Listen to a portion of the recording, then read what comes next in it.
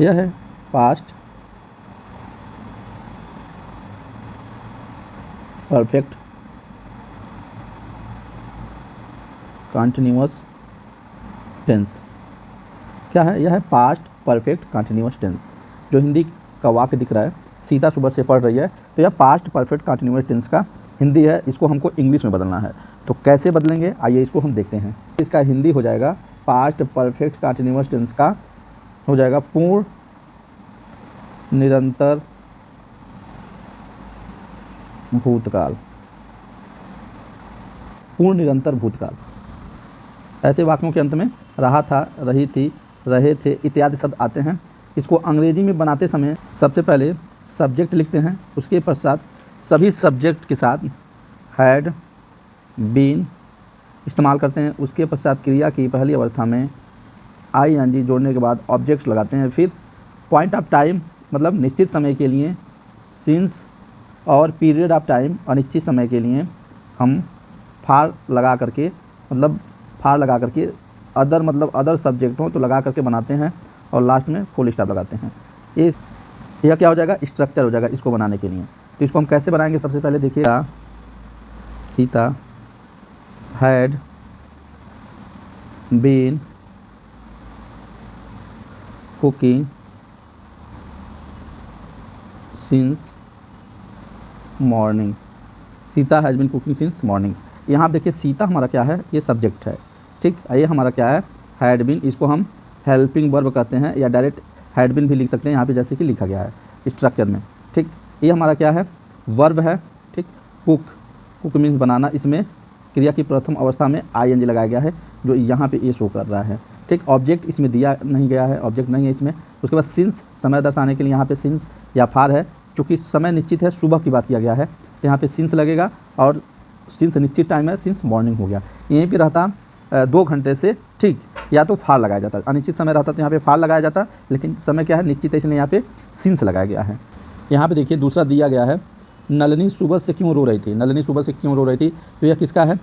यह past perfect continuous tense का क्या है? इंटरोगेटिव है, इंट्रोगेटिव सेंटेंस है, इंटरोगेटिव सेंटेंस है।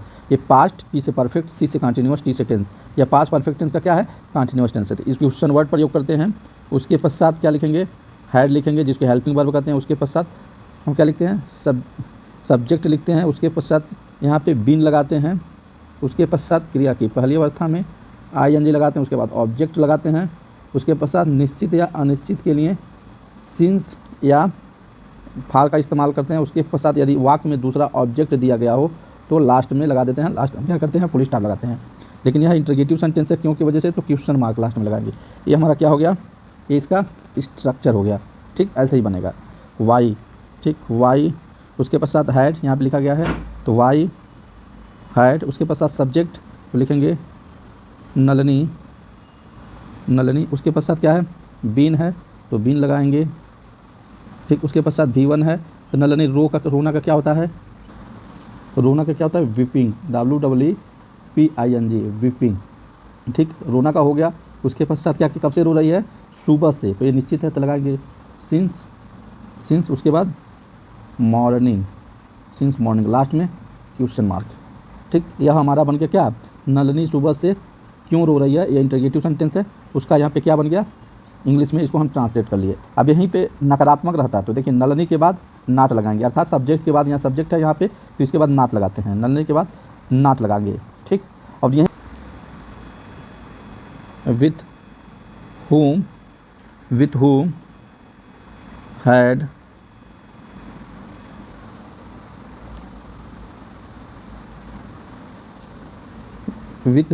had your brother been playing since। तुम्हारा भाई किसके साथ, यहाँ देखिए ये इंटरोगेटिव सिंबल का काम कर रहा है, किसके साथ, ठीक। तो किसके साथ तो क्या कर रहा है? विथ होम, किसके साथ। ये हमारा क्या हो गया? इंटरोगेटिव वर्ड हो गया। विथ होम इंटरोगेटिव हो गया। उसके पश्चात हम क्या लगा दिए? हैड है, उसके पास योर ब्रदर, ये सब्जेक्ट का काम कर रहा है, योर ब्रदर तुम्हारा भाई, ये तुम्हारा भाई सब्जेक्ट का काम कर रहा है, ठीक। उसके पश्चात सब्जेक्ट के बाद ये सब्जेक्ट है, योर ब्रदर के बाद बिन लगाते हैं। उसके पश्चात प्लेइंग, यहाँ पे प्ले मतलब वर्ब में ING लगाया गया है। उसके बाद निश्चित समय के लिए सिंस है, उसके बाद मॉर्निंग। अर्थात इसका स्ट्रक्चर कैसा है, वही है क्वेश्चन वर्ड, ठीक, plus had plus subject plus been plus V1 plus ING plus object plus since या फार प्लस अदर जो सब्जेक्ट रहेगा, यदि रहेगा तब अब प्लस क्वेश्चन मार्क लास्ट में। कि जो वाक्य थे हिंदी के जिनको इंग्लिश में बदला गया है, आपको समझ में आया होगा।